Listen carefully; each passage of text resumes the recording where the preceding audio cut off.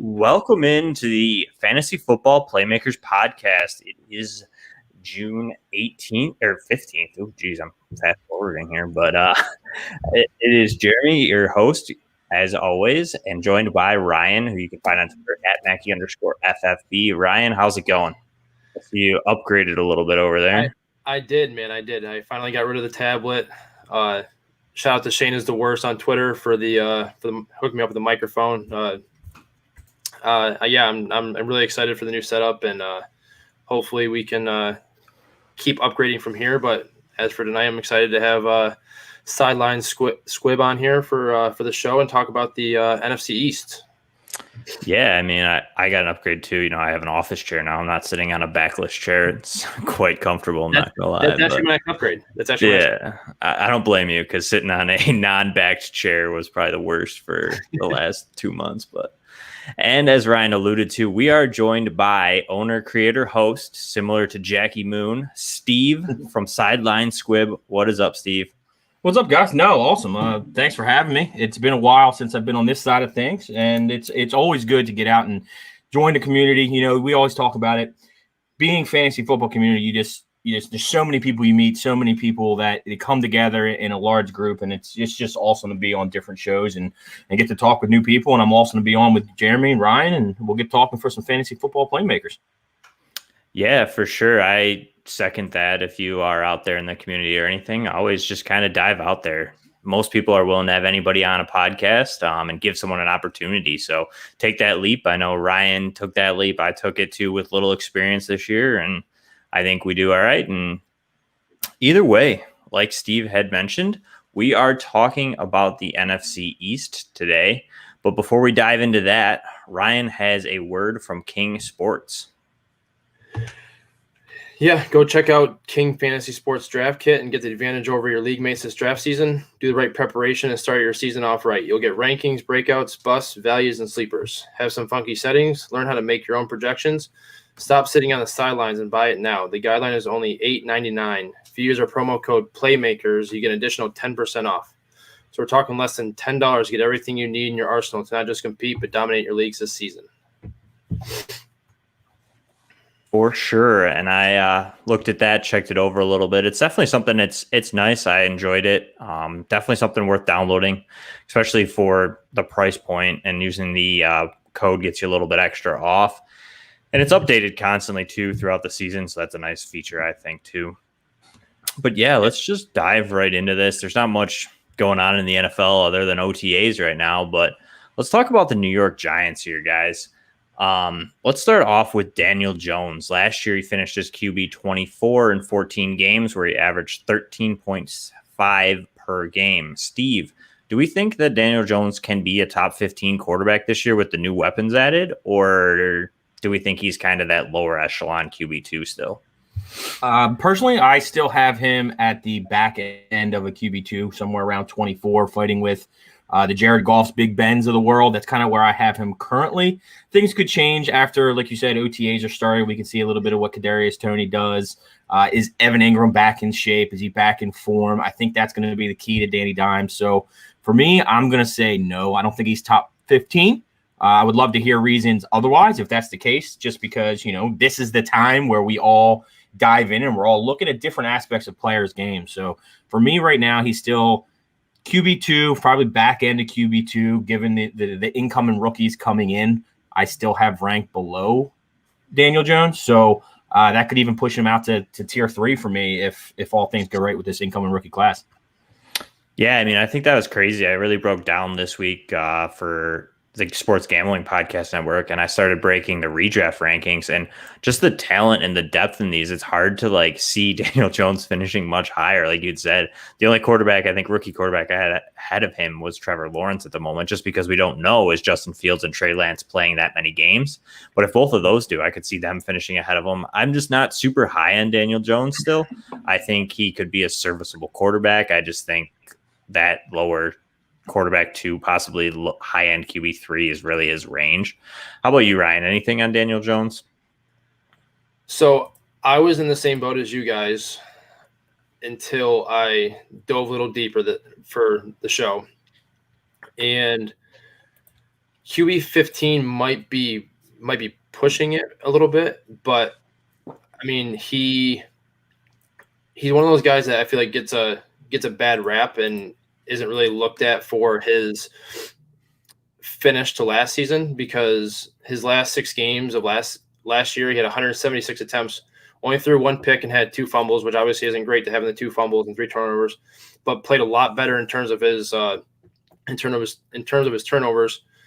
And I know last week we had this discussion about how throws downfield are a somewhat skewed stat, but he was the 3rd highest rated passer on throws 20 plus yards downfield. So that tells me that when he's given the opportunity to throw downfield, he is able to produce and be consistent at that level. And getting a guy like Galladay, who is, I mean, he's known for his big play, deep downfield ability, I feel like gives him like that added boost that he might need that he didn't have last year by any means. I don't think any of the guys he had last year really considered deep threats or big body receivers by any means. And Saquon being hurt obviously did not help him at all. I think Jason Garrett isn't the greatest play caller in the world, and their offensive line should be improved after giving up the 4th most sacks and 4th highest pressure rate in the league last year. And Kadarius Toney is a potential game breaker for them, and it just kind of says that I don't see him as a QB1 obviously, but I'd be more than happy to have him as a QB2 in super flex league, especially if you pair him with a high 4 guy like Mahomes or Dak or Aaron Rodgers if he ends up playing.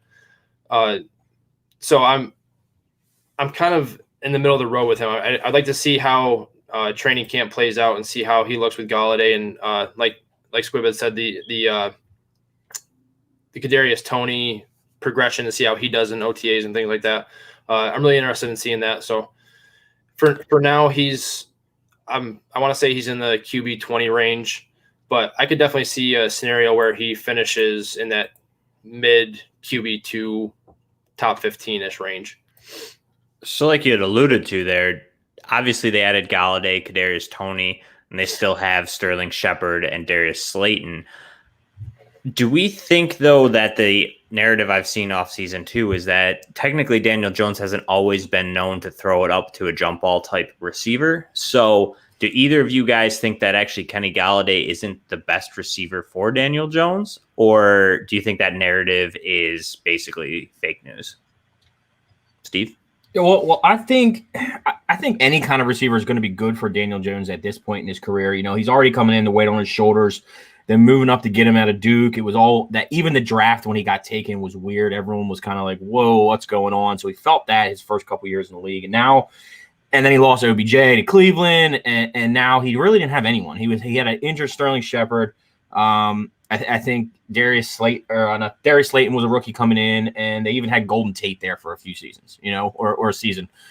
So he didn't really have too much top tier talent. Then he saw Barkley go down, who's his relief valve, his safety blanket, whatever you want to call it. He lost him too. So now you're kind of getting all these different pieces back. You had a few rough seasons there to start your career. The O-line's getting bigger, or getting bigger and better, as Ryan talked about. Is Evan Ingram really going to turn around? I think he has options to, and I think he has chances to, if he can put it together in his own mind. It's not that he wasn't out there running routes. He just wasn't on the field. So if he can stay healthy and stay on the field, that could give Daniel Jones that option in between.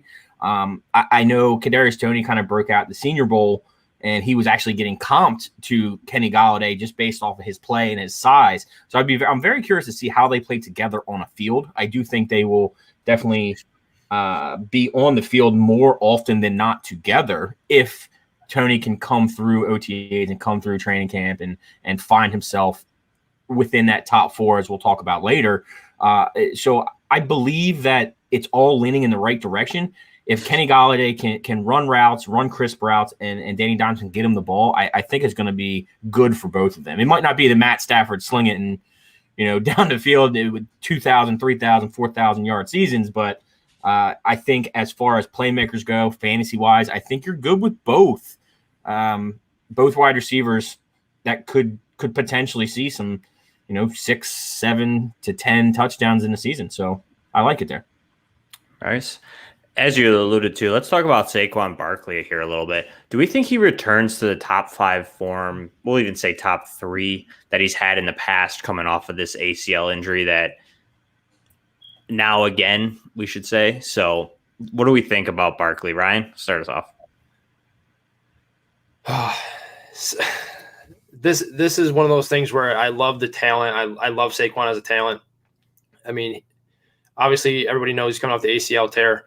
So that I feel like that is a little bit more – it's a little bit easier to come back from that now. They've come a long way in terms of how they take care of the ACL tears, how they do the surgery. It's a lot less invasive as it used to be. And he's one of those athletic freaks that always seem to come back from injuries like that. But it's still an ACL tear on a running back. And he is playing in an offense that now has a lot of playmakers involved. But he is coming off back-to-back 1,000-yard seasons prior to last season. And in games that he's played in seasons where he's played at least 13 games, he's averaged 1,155 yards, 9 touchdowns with 97 targets, 72 catches, 580 yards, and 3 touchdowns. And those are his averages over the last 2 seasons where he's played at least 13 games. So he's obviously the upside with him is massive, and he has the upside to compete with a guy like CMC to be the RB1 in PPR formats, given his usage history. But if you're drafting him as your RB1, I would strongly recommend taking another running back with your second pick, trying to offset the initial lack of workload that might occur with the comeback from the tear that they've already talked about possibly not being ready for week 1. He's already not participating in mandatory minicamp. So I wouldn't be surprised if they put a snap count on him to begin the year. So if you're drafting him as high as he's going, I think he's running back 3 or something like that in ADP as the 5th pick, I think. So if you're taking him there, I would personally suggest taking a second back just to try to offset that initial snap count that he's probably going to be on. Interesting. Yeah, I mean, I like Barkley this year. I've always liked Barkley. Like you said, the talent's there. I think he still gets used. I think, like you had said, maybe in the beginning of the year he gets a snap count, but he's their best offensive weapon. I don't care if you say that they added Kenny Galladay and Kadarius Toney. There's no one here that they added that's better than Saquon, even coming off of an ACL injury, in my opinion. And I think it's still going to run through Saquon, this offense. I don't think that they're ready to let Danny Dimes stand back there and throw it 50 times a game. So I think that it's going to be, like you said, in the beginning, he might get a little bit of a workload, and possibly if he shows signs of any type of off or concern from the injury, there'll be a workload diminishment there. But I'm in for Barkley this year. I would draft him where he's going personally. How about you, Steve? Yeah, I'm with you, Ryan. You touched on 13 game average, roughly 1,150 yards ish, 97 targets. So when you said that, it kind of rang a bell. I mean, we added an extra game this season into the regular season, which is going to, I think, help his case in this scenario because coming off an ACL injury is going to be tough as it is. Coming off an injury is tough. Being a running back, he's now in his 3rd, 4th season. I believe he's this is his final year of his rookie contract, so he's going to need to prove something. Plus, the Giants need to make a decision on what they're going to do with him going forward. I mean, he's a top tier, 2nd overall pick. What are they going to do with him? We saw CMC get paid. We saw Zeke get paid. He's got to be next, in my opinion. He's top tier talent, and he's going to provide that for that team, whether he's coming off an injury or not. You just mentioned his numbers, 13 games. Let's say he doesn't even come back to week 1, slowly limps into week 2, maybe gets his feet wet week 3, and then misses a game somewhere in between for lingering issues. You're now talking about that 13-game average, which is better than most running backs' 16-game season. So I'm with you on both your points there. I love that you brought that up. That's perfect. I think if you break it down like that, which a lot of us do, and for those of you listening, listen to Ryan, listen to Jeremy, because they nailed it. You got to break it down and look at that sort of things. Don't think about it overall season. Look at that average. Look at what you're seeing in 13 games, and then break it down to what you might actually get out of Barkley. Everything after that is a bonus. Everything less than that, okay, you took a chance on a top-tier talent and it didn't work out this year. Yeah, I love that point, too, that you had mentioned. Like, That's a big push. I definitely want to kind of start pushing that a little bit, maybe some articles or something. But like the per game basis is a big thing for me, especially when I evaluate guys, because the season totals can definitely get skewed. I mean, we talked about it on other podcasts. You have one big blow up game and you could be a top 10 tight end, like, but the rest of the year you had 3 points every game. So it's just tough for me to look at it as like a yearly total. I know that's kind of how it's always been, and there's always going to be an argument that that's a better gauge than the per game. But obviously, the per game has to be taken into consideration. If you played one game like Marcus Mariota and you had 26 points, you're obviously not the second best quarterback in the NFL for fantasy. But if you see like a total, you know what I mean, a decent amount of games with a good per game average, that's kind of my go-to at least. But let's go on to the wide receivers quick. We mentioned them a little bit earlier, but out of the top four that I personally think is the top four, which is Kenny Galladay, Kadarius Toney, Sterling Shepard, and Darius Slayton, who's the odd man out? Steve? I hate to say it, but I think it's going to be Sterling Shepard. He's starting to get up there in age. I believe he's 28 years old, maybe going on his 29th through the season. You just brought in Galladay on a 3-year deal worth some pretty penny. You still got Evan Ingram. He's a tight end. You still have Darius Slayton, who had a pretty good season coming out of Auburn. I think he has room to grow within that offense and the offensive coordinator as well. And then you just got Toney. So if they like what they saw in him, drafting them in within the first 3 rounds, I believe that Sterling Shepard, given his age, given his contract, I believe he has to be the one that's going to get pushed out. It may not be week 1. But I'd give it till week 5, and you might see Toney take over that lead role as 2 and kind of push Slayton to 3 if that's the case, depending on how they want to run the offense this year. Yeah, I like that. Ryan, how about you? Actually, sorry. I actually think it's Slayton that gets pushed back here a little bit, just strictly because of how strong Shepard came out at the end of the last season when he was actually finally fully healthy.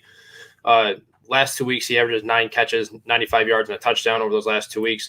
But the problem is that he's always seems to be injured. He's only played more than 12 games twice in his 5-year career. Like Steve had said, he's 28. He just turned 28 in February. So he is getting up there. Injuries are already a concern. So in terms of if everybody were to stay healthy, I think it's Slayton that gets pushed out because I feel like he is just not as necessarily talented as Sterling Shepard, and Kadarius Toney is just a lot more of a playmaker for them. So I feel like he's just going to be. They're going to find ways to keep him on the field, and Sterling Shepard is just going to be that guy that is just playing in the slot or possibly on the outside if he needs to. And if he stays healthy, he's fine. I mean, he had 90 targets. He had 90 targets last year, and I think that was only in 12 games or 13 games in and of itself. So he's probably upward of the 100 targets if he stays healthy. With Kenny G there, he's going to see a lot more open field to play with. So I just don't know if he can stay healthy. That's my only thing. If they all stay healthy, I think Slayton's the one that gets pushed out of there.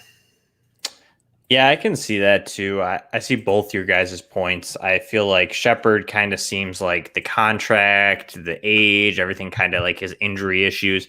But I feel like Darius Slayton is Kenny Galladay, just cheaper at the moment. So I think they go out and they add a receiver who's very similar to his style of play. And we saw it last year. I mean, he only had a couple blow-up games, and it was when he hit the deep shot. So I feel like it's just kind of that's his role in this offense. So I kind of agree with Ryan a little bit there, where Darius Slayton I can see getting faded, but I can also see where Slayton and Galladay play outside and they bring Toney inside and Shepard loses his role. So I think it's going to be something that's going to be a wait and see kind of game. I don't think you're going to know this until, like Steve had said, mid-season possibly. Let's move on to Evan Ingram real quick, guys. Is his Wait. No love for John Ross? Who? Said no love for John Ross? I'd be surprised if he makes it out of camp. I would be shocked as well. Yeah, I mean, John Ross is kind of, I think he's a gone forever kind of guy, but we'll see. I mean, he might make the roster. I just don't know if he's going to be viable in any way, shape, or form. But Evan Ingram, guys, is his high upside gone, or do you think that he still has the high upside that he was drafted coming out of college with, and especially for fantasy? Last year, he finished tight end 15 at 8.8 per game in PPR. Do we think that he's kind of that low end tight end 1 forever, guys, or do you think he can get to that possibly tight end 5-ish range? Steve?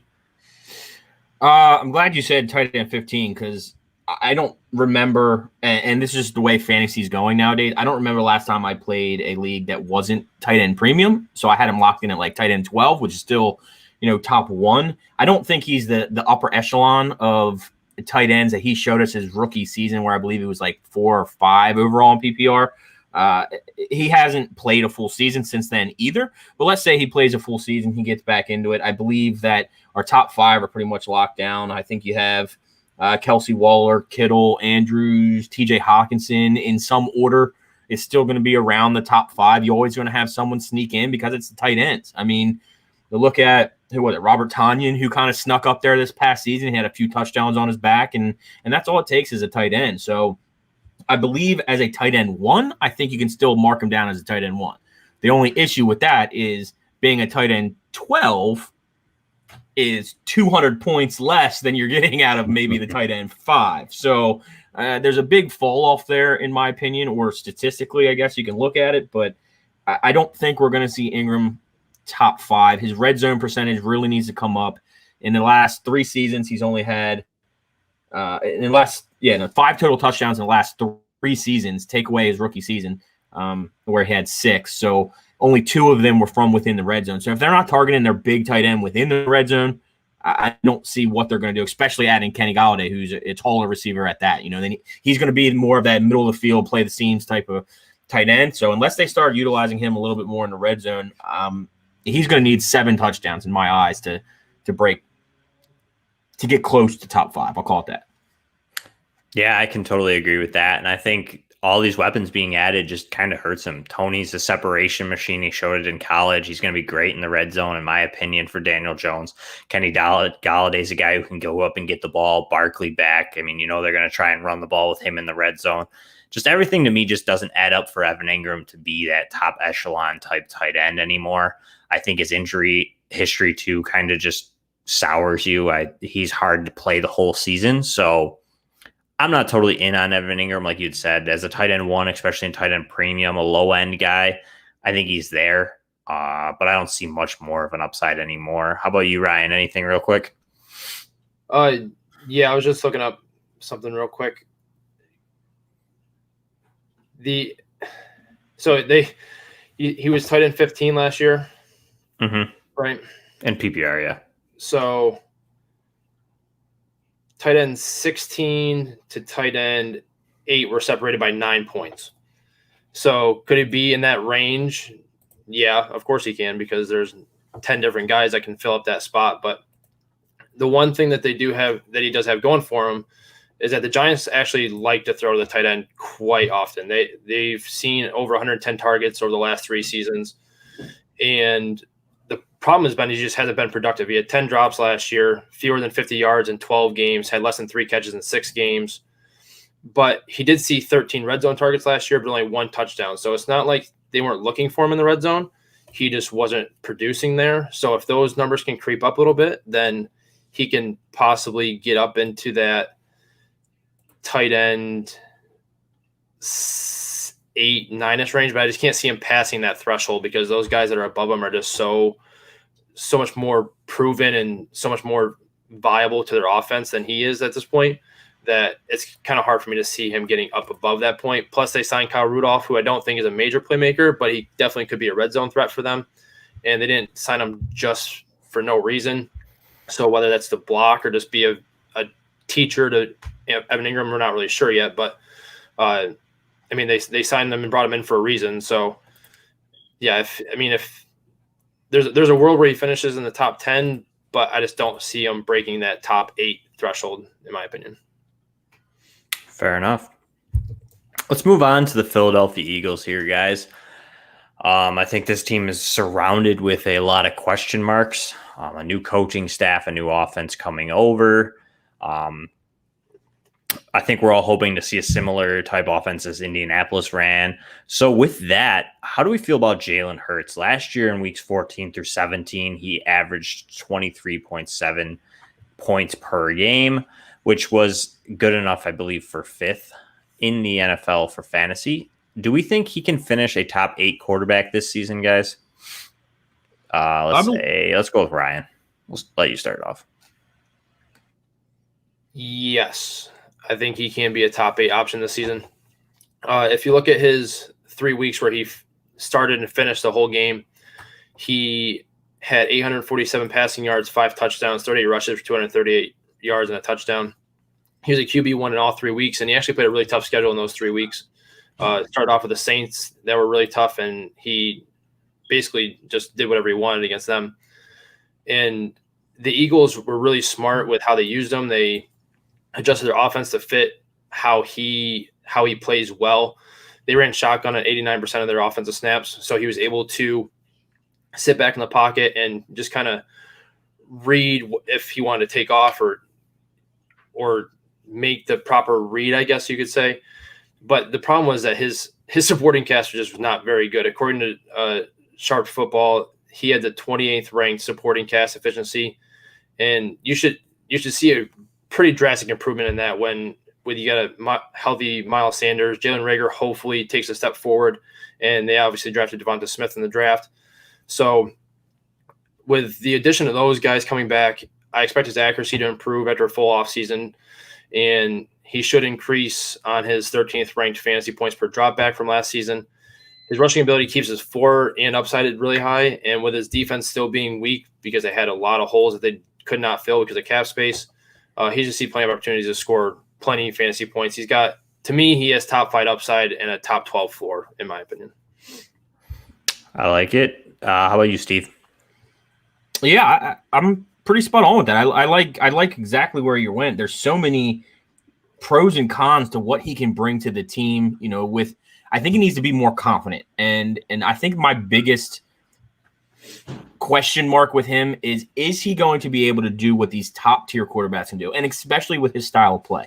So look at what just the NFC East has in general. So what can he do differently when he's playing the NFC East 2 times a year per team than what he does against every other opponent? So you're going to be going up against Dallas, who has Van Der Esch. They just got Parsons. They have Jalen Smith, probably the fastest linebacking crew in the league. So he's not going to be able to use his feet that much against Dallas unless it's a broken down play.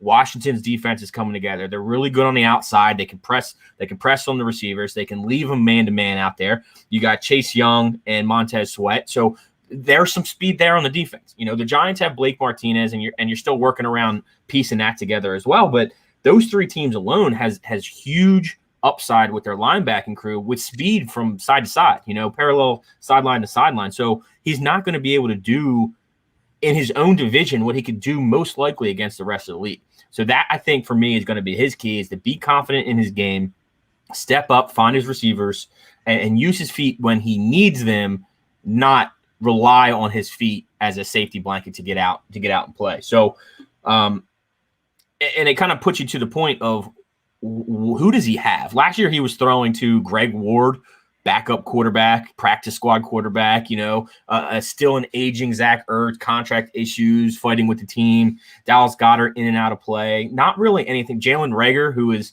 5'3" and trying to become a wide receiver 1 on that team. Alshon Jeffrey never on the field. So there's a lot going on. Coaching staff, as you mentioned, Ryan, that's going to come in and change a lot of things for that team.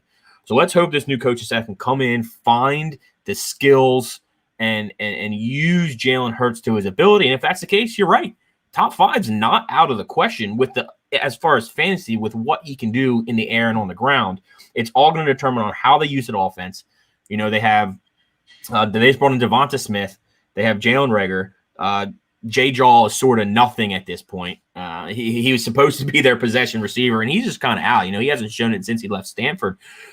So there's a lot going on with that wide receiver room. I think Jalen Reagor will grow and become into his second year just based off of what they're going to do with Devonta Smith. That's going to be the key for me. That's going to be the key for Jalen Hurts. And I think as they grow together as a team and a coaching staff, you're spot on with the take of, top 5 ceiling, QB 12 floor. I like that. I like that a lot. Yeah, I think there's a wide range of outcomes, like you'd mentioned. I think that it's not like wide, but like that 7 spot drop is definitely something that could be there. Yeah, I don't know if I'm you guys can just, hear me or not, but my mic's acting up. I And we don't can hear you. forget, Speakers right now, I should say. don't forget, they have all the confidence in the world in them because they have Joe Flacco and Nick Mullins are the only other quarterbacks in that room. They just cut Jamie Newman, who I thought might have been the only threat. So he doesn't have much pressure coming from behind him. It's his team, and he should know that by now. Yeah, and I think they proved that, like you had said in the draft. I mean, they took Devontae Smith to help him out, and they skipped on like Justin Fields, who was falling, Mac Jones. So my question is obviously with the new offensive scheme coming over, and we saw Miles Sanders take a nice step forward as far as a fantasy asset and just NFL asset when Jalen Hurts took over. Do we think Sanders is the lead back here as like a workhorse, or do we think that you're going to see possibly the newly drafted Kenny Gainwell or any of these other running backs get some work more than a spell back, that they might be like worked into the offense like a Naeem Hines will say in Indianapolis? Steve? I do like Kenneth Gainwell a little bit. I believe he brings an aspect, but I don't think he's going to take away from the touches Miles Sanders have. I thought very highly of Jordan Howard. I mean, look what he did in Chicago when he came over. I thought he was going to take a lot more away from Miles Sanders than he actually did. So I think it's Miles Sanders' team. I think he's the RB1. I believe that he's the workhorse back. I mean, he can do it through the air. He can do it on the ground. So he has the skill to be a three down back. It's just going to be how this new coaching staff utilizes, the substitutions and who they want to bring in. I mean, obviously you're going to have to get these guys into some situations, but I believe it's going to be let's call it 70 Miles Sanders, 30% for the rest of the running back room. Yeah, so you're seeing it more as a Dalvin Cook, Alexander Mattinson kind of split versus the Himes-Taylor split we saw last year is what you're thinking. And I could totally get behind that. As long as Sanders stays healthy, I think he has huge upside because, like we mentioned, hurts his legs. I think depending on how they run that offense, it could be forcing linebackers, even with their speed, to make decisions on the fly in like an option-style offense. Ryan, do you have anything on Sanders? No, I agree with what you guys are saying. The way Nick Sirianni's always ran his offense, it's always been he's always had a fantasy viable running back, whether it be Marlon Mack or Naeem Hines. He made both of those guys fantasy viable. Hines had at least 63 catches in 2 out of 3 seasons under Sirianni, and I think Sanders is actually a better pass catcher than he is. So if he stays healthy, he's easily a high-end RB2 with RB1 upside if he's given a full workload, assuming that Gainwell isn't prepared for a significant third down snap count, and somebody like Jordan Howard or maybe even Kerryon Johnson don't steal any goal line work from him all too often. I like it. So let's move on to their wide receiver room real quick, which we alluded to a little bit there, talking about Jalen Hurts was pretty bad last year. And to be honest, I don't think they upgraded it too much this year. They upgraded it with one player who was a Heisman winning wide receiver who has question marks based on his BMI, but is a very talented wide receiver. But outside of him, they added nothing else. Who do we think ends as their top fantasy wide receiver? Is it the rookie that they added in Devontae Smith, or is it going to be Jalen Reagor who makes a breakout in his second year, or is it going to be one of these other, we'll quote unquote say no-name guys? Steve? At this point, it's a flip of a coin. So to give an answer, I'm going to have to go Jalen Reagor. I believe he showed the willpower to get out there and fight with the best of them. But again, his size is not wide receiver one talent. So it's all going to be based off of what the coaching staff can do to get these guys' skill set front and center. I mean, Devonta Smith, you touched on his BMI. I mean, he's tiny. You're talking 2 tiny guys now running down the field. It's not a speed game. You need to utilize that a little bit. I mean, unless you have the speed of Tyreek Hill at that size, which he doesn't, you're not going to be blowing people away. And unless he has the prowess of a Julian Edelman across the middle where he doesn't care if he rips his neck off getting hit from behind, which I don't think he does either, not at least what I saw from him in Alabama, then you're talking almost similar pieces in Jalen Reagor and Devonta Smith. So it's going to be how they get utilized, what they do with them. I wouldn't be surprised if I really wouldn't be surprised if we see another wide receiver somehow slip into Philly before the season starts or early in the season. Maybe we see a cut. Maybe we see I don't know. Kelvin Benjamin, we were talking about the Giants. Maybe he sneaks down. I don't know. I'm just throwing that name out there, but it's going to be something like that. I believe we're going to see someone else, unless there's this huge offseason change that J-Jaw or Arcega-Whiteside did to come in and be that large possession receiver. It's going to be Dallas Goedert and whatever's left, I think, at that point. Yeah, I mean, I think by the sounds of it, I'm a little higher on Devontae Smith than you. I always have to throw that nod at the BMI because that's a big thing on Twitter. But I do like Devontae Smith. I think he can win in different ways just at his size. But I agree, he doesn't have that Tyreek Hill speed. But I think he doesn't. Here's how I'm going to say this. He doesn't do everything. He does everything very well. He's not like super good at anything. But he does a lot of stuff well. And he's just a hard worker. And I think that he doesn't have the prowess like you had mentioned with Edelman, like worrying about getting hit over the middle, but he does well to get into the middle and be tough enough to make catches and protect himself at his size. So I think, like you said, it's going to be big on how they're used. And that's just what concerns me is like, how are they going to get used and who is going to see the most targets? And I think that's who's going to be your top fantasy asset, but I just don't know if they're ready to give it to Devontae Smith. How about you, Ryan? So I think Smith is a clear-cut number one here, just from everything that I've been doing a lot of OTA research and beat reporters and things like that, and some of the national magazine guys that are covering it. This guy named Eagle Maven from Sports Illustrated, which is an awesome name, by the way. He's reporting out of Eagles OTAs right now, and he's saying that Devonta Smith is just in a whole different league compared to the other receivers that are in the room right now. So I could certainly see him being the number one guy leading their team in targets, barring any injuries to him. Obviously, with a smaller frame, that's always going to be somewhat of a concern for most people. But I feel like a lot of people are sleeping on Jalen Reagor. I feel that they're just kind of knocking him off and saying that he's just not any good. And I don't really think that's fair because he just didn't see did not see any sort of quality targets at all. He was 94th in the league in catchable pass percentage last season. And with him stating that he's probably going to line up in the slot a lot more this year, he excelled in the open field at TCU. So I honestly wouldn't be surprised if they end up making some sort of Madden formation where they have Reagor and Smith outside with Gainwell in the slot, Goddard in line, and Sanders in the backfield, and having Sirianni just have all the best playmakers on the field at once and just kind of seeing what happens. I mean, a lot of people don't like Nelson Aguilar, but when Nelson Aguilar got moved into the slot in Philly in 2017, he ended the season as wide receiver 22, and I think Reagor is even a better player than Aguilar is. So if Sirianni can use him right, which I think he can, I think he's a smart enough coach, and I feel like he's a good enough play caller that he can do that. I feel like Rager's going to be a lot better than what his current ADP is, which is wide receiver 63 according to Sleeper. And I feel like that's a huge steal if that's where he's going in drafts right now. That's insane for me. So it sounds like we got two Raegers and a Devontae Smith. So if anybody will sum it up like that, let's go with the tight end here. Is it? Obviously, Zach Ertz is still there. I think the presumption is that he's going to get traded. Obviously, until that happens, we have to assume he's there. How do we see this shaping out? Is it going to be a Zach Ertz and Dallas Goedert split? Do we think that Zach Ertz holds out and it's all about Dallas Goedert? How about you, Steve? I don't think Ertz holds out. I think he put enough in with Philly that he should have the respect not to do that to the team. Obviously, times have changed. We'll see what happens. But I believe it takes us right back to the conversation we had with Evan Ingram.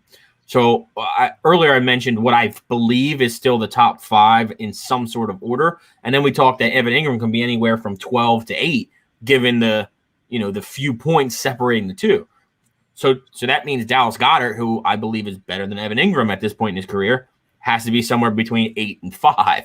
So there's that very thin line of everything. So to be in that tier, I believe he's going to have to produce. I mean, even when he's on the field with Ertz, splitting time, he's slowly taking percentages away. He's slowly taking targets away to the point where it's going to be an 80-20 split in his favor.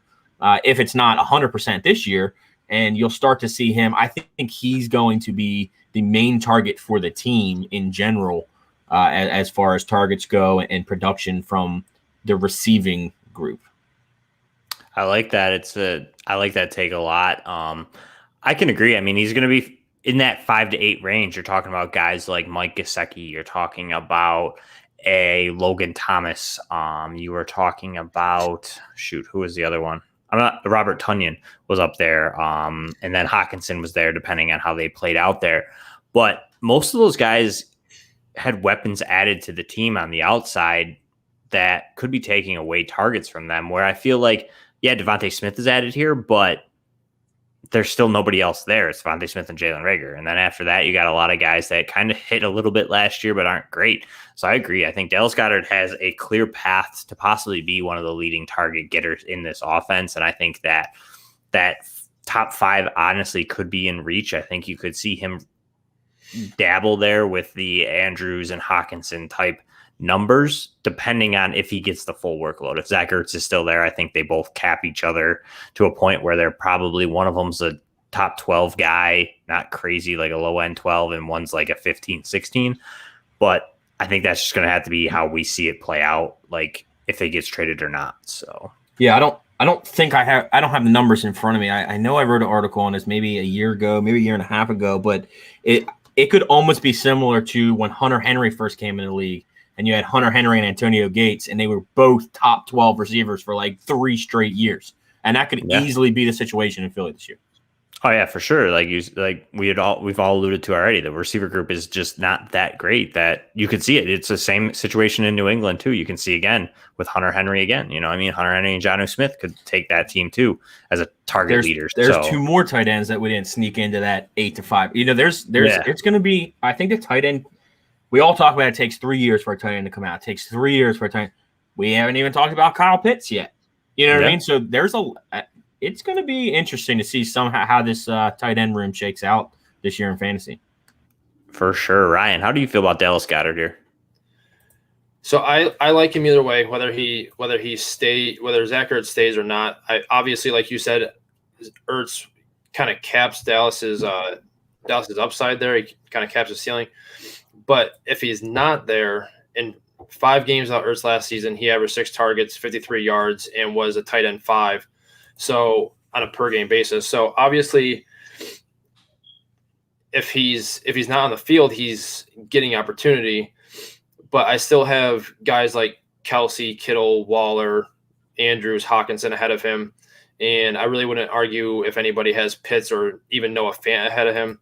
So like you guys had said, I mean, the tight end group is still relatively top heavy, but it's those middle guys from Andrews down to the Dallas Goedert, Noah Fant. They're all viable options that could finish in any sort of order that you possibly want to put him in. And I don't know. I would prefer Zach Ertz to move on, to be honest with you. I would just like to see him get a fresh start. I know Buffalo's been linked to him, Panthers, Titans, Colts.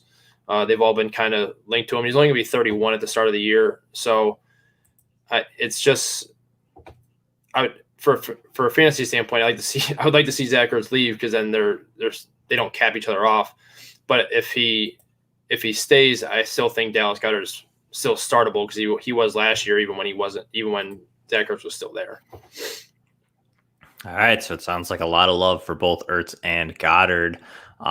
Let's move on to the Dallas Cowboys here, guys. I think another one of those that kind of is interesting to me, but let's move on. Let's start with Dak here. Is he a top 3 fantasy quarterback in redraft and or dynasty? Last year he was the top quarterback in a per game basis at 27.7 fantasy points per game prior to his injury. Steve, how do we feel about Dak? I like Dak as a quarterback. Again, coming off an injury, I believe in redraft. I'm not drafting him at QB3. I don't do, if any, redrafts anymore. But as far as dynasty goes, I think if you're in a startup, sure, why not? You know, even if he doesn't do well this year, you're not drafting only one quarterback in a startup anyway. And then you can base your team based off of how you're drafting. But I believe even if he was healthy completely 100% clear, ready to go, which it sounds like he is. I believe he came out and said that his ankle was in the past or something along those lines. I don't think he's top 3. I think he's close, maybe at 5-6 range, depending on what he does. But I would love to see kind of what happens with that team as well. You know, getting Dak back does a lot for Ezekiel Elliott. It does a lot for, you know, the injured linemen that they had the last couple years. So having that leader back, not having to deal with Andy Dalton or Ben DiNucci, it's going to do a lot to that team. It's going to do a lot to the other playmakers around him. Sure, that might boost his value as well. But I believe that we still have for me, he's outside the top 3. He's outside the top 3 for me. It's not too far. But with the injury still, I'm probably not drafting him in a dynasty startup as the QB3 if that was the case. Fair enough. Ryan, how about you? Is he really going as QB3 in a dynasty startup? Like he's going ahead of? No. I'm not saying he's going QB3. Okay. I'm saying for the sake of, is he a top 3 quarterback? I'm going to say I would not draft him as a QB3. Okay. Sorry.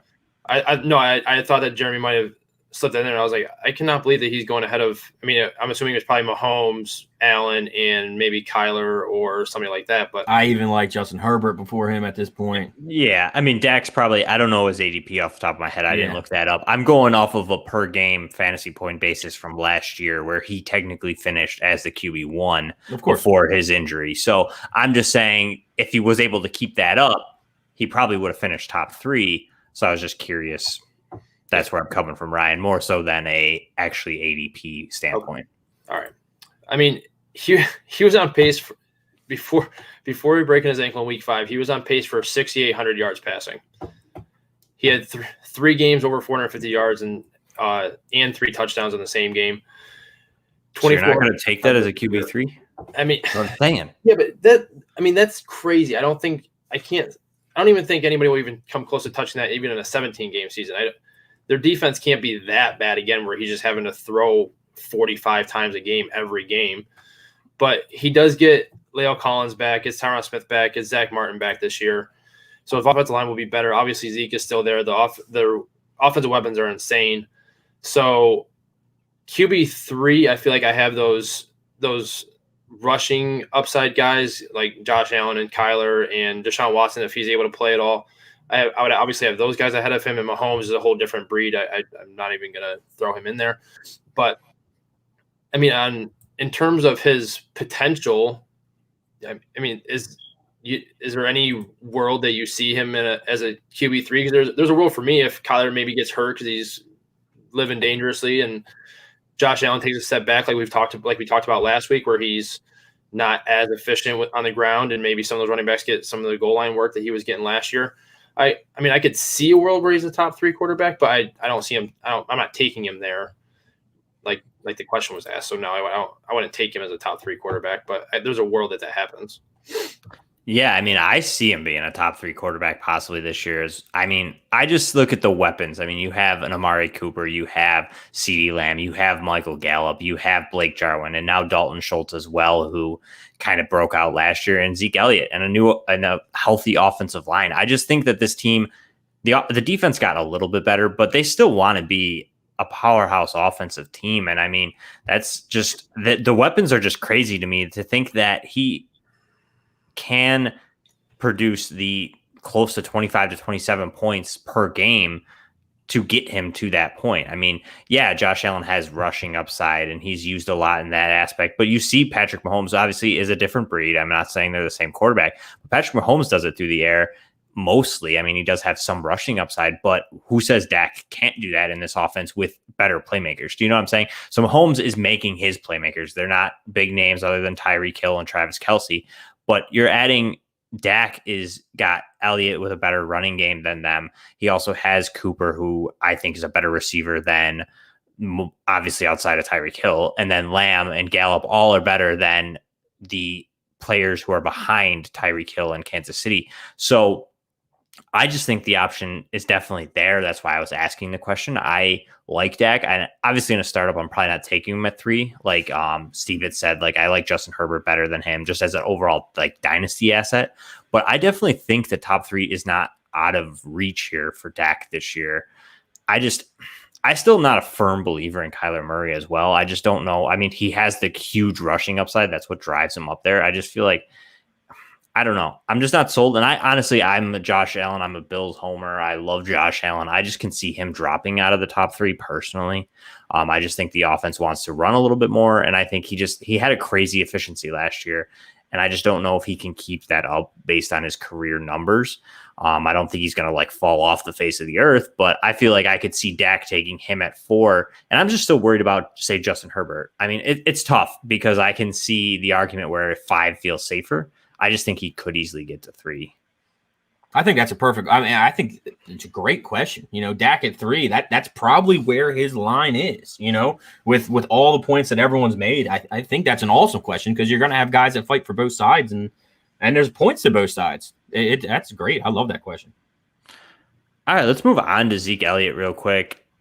Is Zeke still I didn't really put this in the show sheet, but does Zeke get capped by Tony Pollard? Like, is Zeke still a top, say, 10 running back this year for redraft? We'll use it. Steve? I know not many of us do, but play redraft. But I say yep. I think having Dak back opens up tremendously. Having an offensive line healthy opens up even more for him. I mean, I don't know if you've seen any videos lately. He looks in great shape. His agility's there. His burst is there. He has a smile. He's paid already. He's not going through that. That weight's off his shoulders. He just looks like he's a young Ohio State Zeke again. I mean, with a little bit of gray starting to form in that manly beard of his, but it's crazy. We say, oh, he's 26 years old. He's at the peak of his prime. He's starting to come down. I mean, this guy's 10 years younger than some of us, and we're already talking about he's fine. He's perfectly fine. I'm actually taking Zeke above Barkley in redraft. I like that. It's a little spicy, but I can see it. Same argument with Dak. I mean, this offense could be pretty potent, and he's obviously healthier, not coming off an ACL, and we don't know what Barkley's going to look like. How about you, Ryan? How do you feel about Zeke Elliott? Is he capped from Tony Pollard, or do you think he's still the older Zeke? We're not going to get what he got last year, but the year prior Zeke. So me personally, I do not see him as an RB1 this season. Oof. I know reports out of camp and during OTAs that he is in the best shape of his life. Dak has been saying that he looks phenomenal and everything like that. And last year he had to overcome just a perfect storm of negativity. Obviously, Dak goes down in week 5. Offensive line gets wrecked. And it led to career lows in attempts, yards per attempt, and yards per game. Lowest fantasy point total in standard and PPR points for his career. But if you just go back and look at his tape, you just didn't see that same explosion or game-breaking runs that we're used to seeing from him in past years. And if you dive a little bit deeper into his numbers, he saw a stack front on 13% of his rushes, which was down from last year, which had 16% last year. And he averaged only 3 yards per carry in those situations. And he was 40th in the league in yards created per touch. And it was 39th last year, according to Player Profiler. So and that's not because Dak got hurt or the offensive line was worse. He just wasn't the same back. I mean, we've seen the decline start the past few seasons. And to me, he's just not nearly the same back that he was in his first couple of years.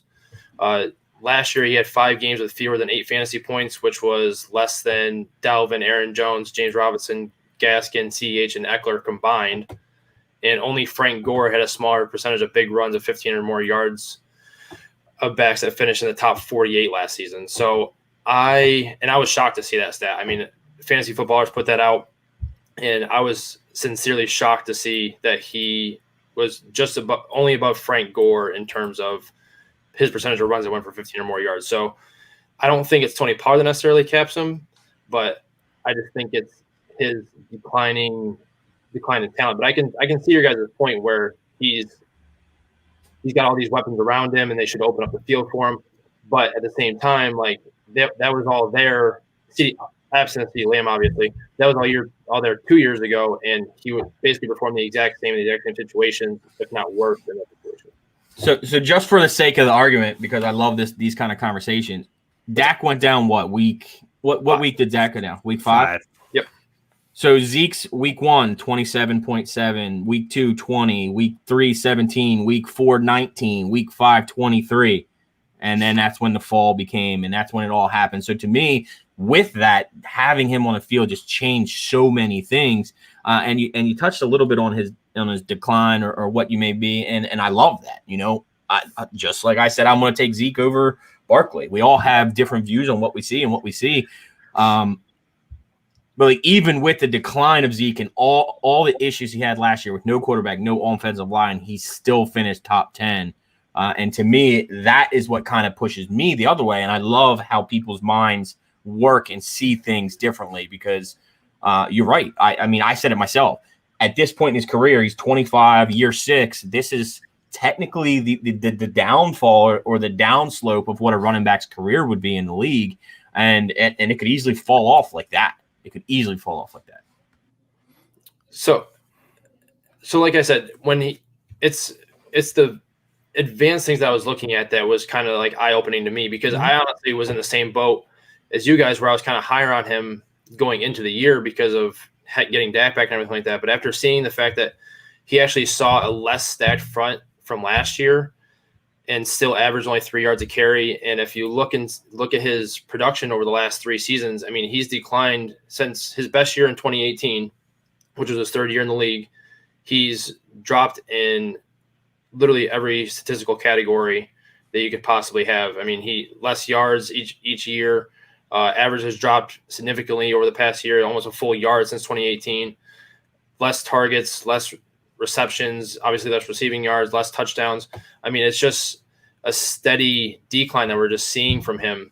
And I'm not saying that he can't be in the top 10. Just for me, just from everything that I've looked at, there's just guys that are coming back healthy like Saquon and like CMC, and these younger guys like JT and Dobbins and Cam Akers and guys like that are going to – Antonio Gibson that can see a huge workload we're going to talk about here in a little bit.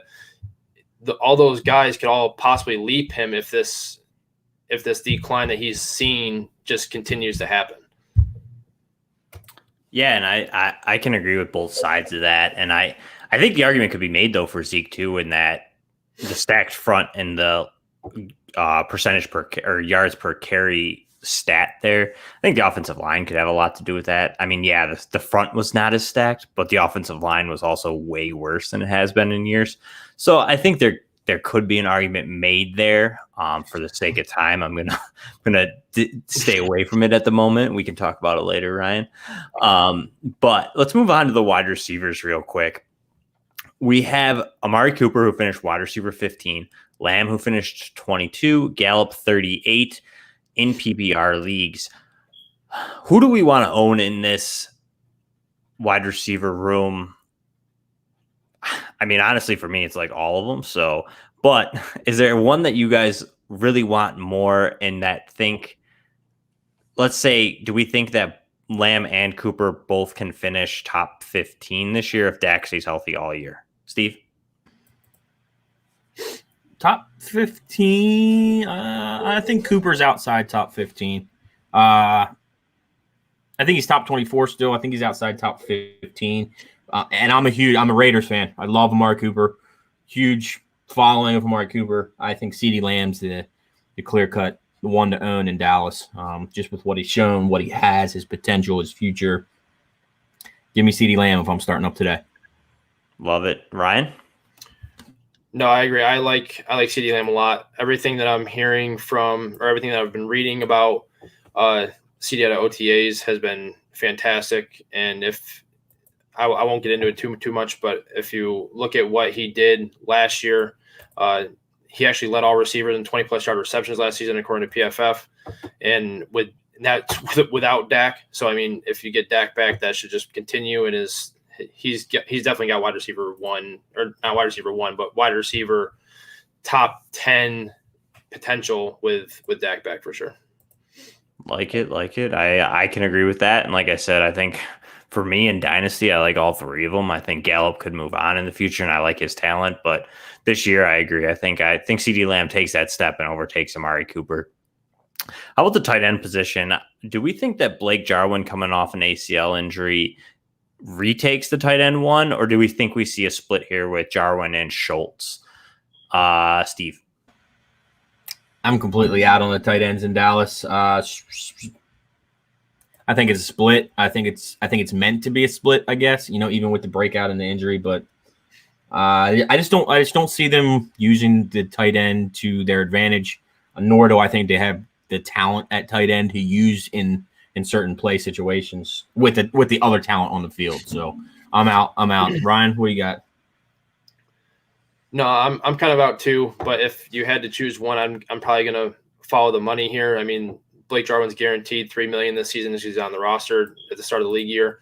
So Dalton Schultz is playing for a contract. Blake Jarwin's playing to prove that he deserves a contract that he already got. So I'm gonna go with the money and say that if you have to choose one, I'd go with Blake Jarwin. All right, I like it. Let's move on to the Washington football team, a team that got definitely better this year, added a quarterback, the good old journeyman, Ryan Fitzpatrick. Do we think Fitzpatrick makes it the entire season? Do we see him kind of fizzle out like he did in Tampa and possibly Taylor Heineke take back over? Ryan, why don't you start us off with this one? I don't think Fitzpatrick finishes the year as a starter. I think Heineke will come in at some point. I'm not sure when exactly he will come in, but we've seen this before from Ryan Fitzpatrick almost every single year. I mean, like he'll have one really good year and then he falls back to earth and has like a couple breakout games and just kind of reverts back. Like you never really know what you're going to get from him, but you got to love his weekly upside if he's a starter, because he's going to go out and he's going to throw the ball, he's going to take chances. And the issue here is that he's only started all 16 games 3 times in his career, and twice was in Buffalo. So you're looking at a guy who's probably not going to – how old is he? 30 – he's got to be 36, 37, maybe even 38. Yeah, he's pushing for it. Yeah. So, he's not Tom Brady. I don't think he'd take care – you never hear him talking about taking care of himself like Tom Brady does. And – he also takes a lot more hits. He plays a little bit more with that ferocity and the edge when he's running with the ball. So yeah, you could argue that. So I don't think he starts all 16, but when he's in there, I love him from week to week. But it's just, are you going to get the good Ryan Fitzpatrick, or are you going to get the 4 interception Ryan Fitzpatrick that you see peak out from time to time? And it's just, I don't know. He's hard for me to gauge, but I do like what he does for the offense as a whole, if that holds any weight. It's a roller coaster ride as a Fitzpatrick fan, that's for sure. Yeah. Steve, how do you feel? Same as Ryan. He hasn't proven he can be on the field for the whole season outside those 2 seasons in Buffalo. It's funny. I don't think Taylor Heineke's the guy either. So it's got to be somebody. It's just not going to be Fitz. Maybe we see Steven Montez. Maybe they're throwing it in at that point. I don't know. Yeah, they still have Kyle Allen too, who Rivera liked. I believe they're front runners to win the East as far as sportsbooks go. So it'll be curious to see who they have late in the season as a quarterback.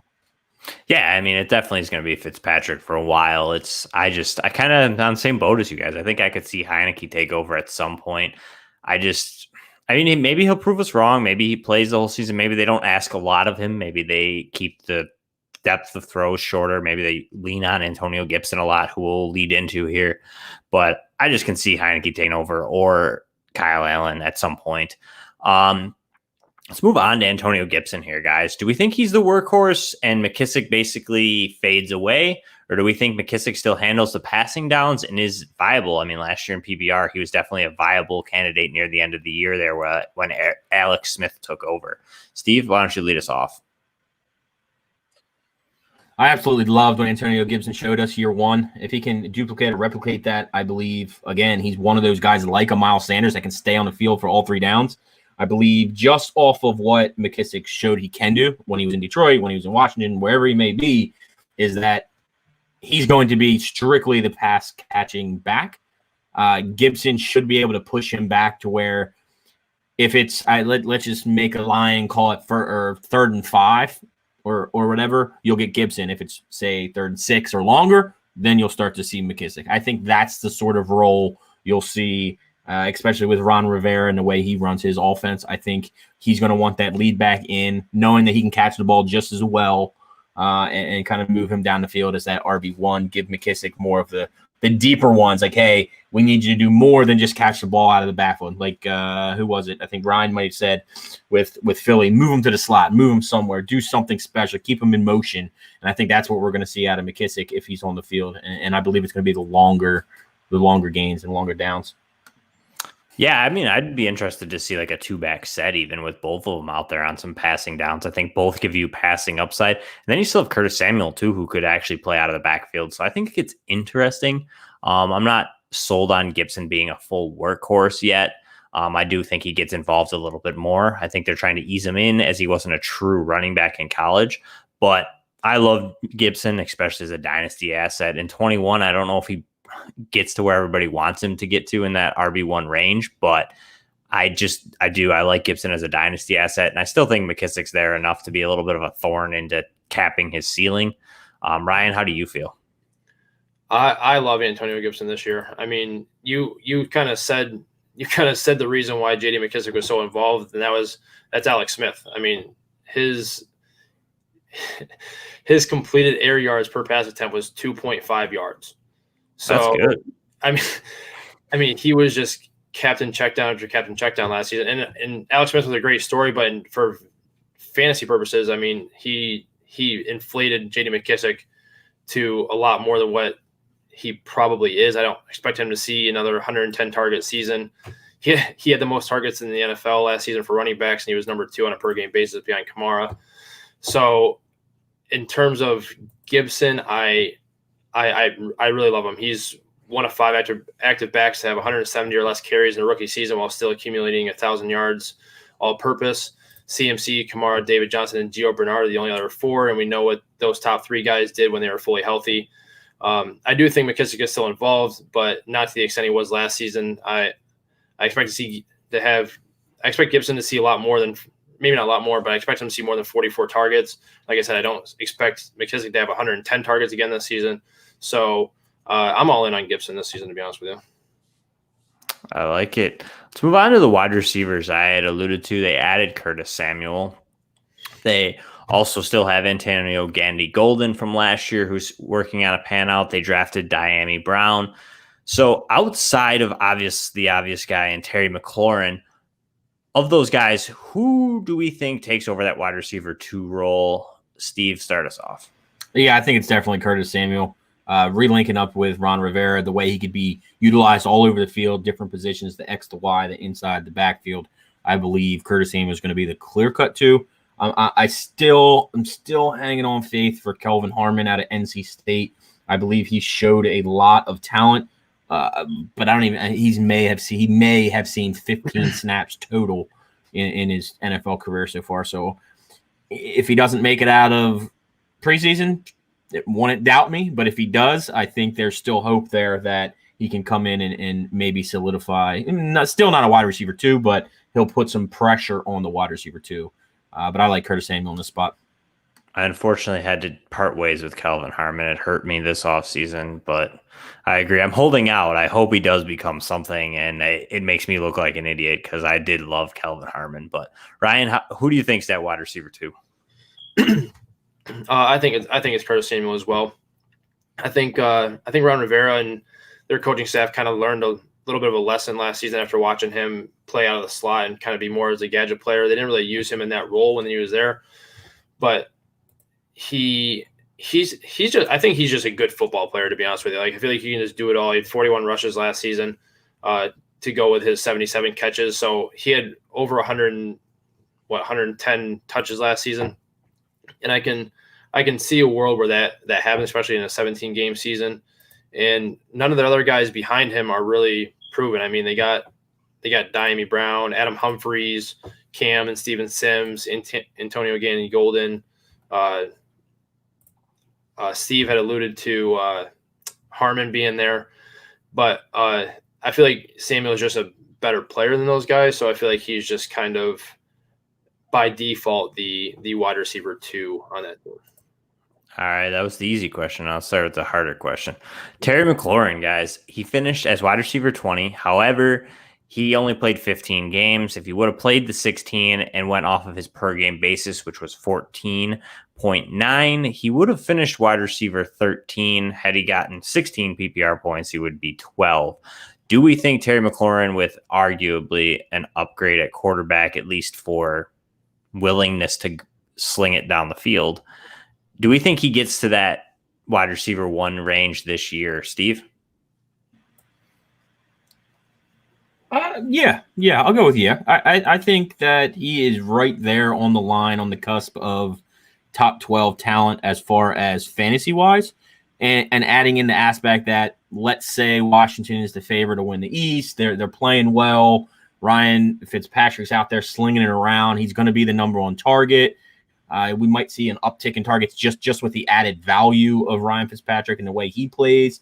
I like that. I think top 12 is definitely there. I think it's going to take a few touchdowns to get him there, but I don't see that being an issue as long as they're throwing the ball and Ryan Fitzpatrick is leading them to some victories down the road. I love it, Ryan. No, I love McLaurin this season, especially. Are you a Washington fan? No. I just like their offense, to be honest with you. I mean, this whole division is full of fantasy viable guys. I mean, it's for sure kind of crazy because you usually, when you think of this division, you really don't often think about the whole division being full of fantasy guys. But this year they are. I mean, it's kind of weird, but yeah, Ryan Fitzpatrick adds a whole different element to Terry McLaurin's game. His ADOT was under 10 last season after being 14 in his rookie year. I expect that number to creep up closer to that 14. So, and he only had 4 touchdowns last season after having 7 last year. So even if he reverts back to his rookie touchdown numbers, gets his ADOT back up a little bit more, and still keeps that 134 targets that he had last season, I mean, he's going to be on pace to finish in that top 15 relatively easily. Nice. Let's move on to a guy who has a lot more question marks, in my opinion. Logan Thomas. Do we think he can repeat as the tight end 4, which he had 11 points per game? Or do you think the new weapons, obviously, that we alluded to earlier, or just a game plan scheme, he is going to fall from grace? Steve? I believe with all the tight end talk we had just alone in the East, I think he's going to fall from grace. I don't think he can hold that value. There's a lot of players coming back. Like George Kittle was somewhere in the 15 range last year. He's got to be pushed up to that range. If any of these tight ends prove or do what we think they're going to do between the 3 of us and the fantasy community, I believe he's got to fall into that 8 to 12 range that we keep talking about. Sure, he might be 8. Sure, he might be 12. But again, at that point, it's 70 yards or a touchdown difference at that point. I like it. I can definitely agree with that. I think Logan Thomas is going to become more of a back into the pack kind of any of these tight ends, like we had mentioned earlier, the Jonnu Smiths, the Hunter Henrys, the Irv Smiths, all those guys kind of just falling into that limbo land of one real good game is going to push you up the chart. Here at the tight end position, I think he falls into that, and it should be interesting to see where he lands overall. I think on a per game basis, he might be decently viable as a tight end 1. I think I am leery though on Logan Thomas, just based on his career trajectory and the fact that he just kind of broke out of nowhere for 1 year. And now the added weapons just kind of concerns me a little bit for him. Ryan, how about you? Yeah, the added weapons are definitely a concern for me. And like I said, I expect Antonio Gibson to be a little bit more involved with the passing game as well. Curtis Samuel is going to take a lot of those slot positions. That he actually had the number 1 slot snap percentage for tight ends last season. Logan Thomas did, and he had the 3rd most targets among tight ends last season. And I expect both of those to drop. And if you want to look into a little deeper look, he was 24th in points per target and 26th in points per route run last season. I expect his routes to stay relatively the same, but his targets are almost half the drop with all the added weapons that they had last year. So tight end 4 is definitely out of the question for me with Kittle coming back. And we talked about Pitts and Hawkinson and Fant and Goddard and all that stuff. Like, I just don't see that happening even in a perfect situation for him. All right. I mean, that pretty much concludes it, guys. I think that this was a pretty great episode. Like Ryan had alluded to, it's not your typical, or we could say your dad's NFC East. I think that this year there's a lot of guys who are fantasy viable in here. And you should definitely be targeting in your drafts, whether it's redraft or dynasty. Steve, why don't you plug yourself real quick and let everybody know who joined late, where they can find you and what you guys got going on.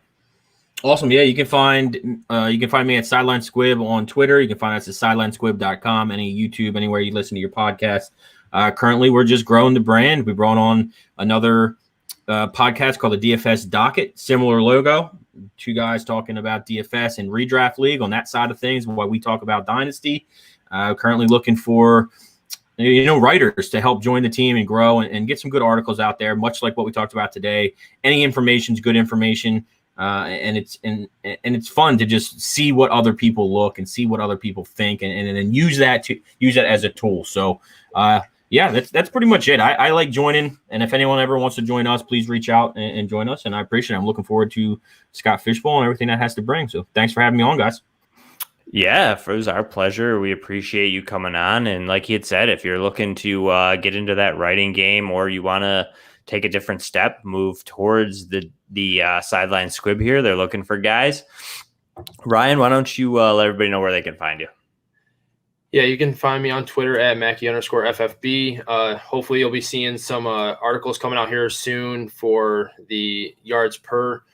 I know we're going to be releasing I know Matt's working on a major, like all sorts of different articles for redraft strategies, dynasty strategies, things like that. You'll see some of my work on there. Very thorough work, by the way. What's that? It is a long article and very thorough. I may have already seen it, but it's good work. So if it comes out, you should read it. I appreciate the good work part. I do appreciate that. Sometimes if I see that many words, I'm like, I'm out. So I'm just letting everybody else know it's worth reading. Trust me. But I do want to shout out Shane is the worst again for helping me with the upgrade of the setup and everything like that. I feel like this is a lot better for me. I feel like Jeremy alluded to it before the show that hopefully it sounded better. So I hope that it upgraded the show a little bit. And appreciate Steve for coming on and good talking with you, man. And you can find me, your host, Jeremy, at Popes FFH on Twitter. You can find my articles at Yards Per and the Sports Gambling Podcast Network. And until next week, folks, take care.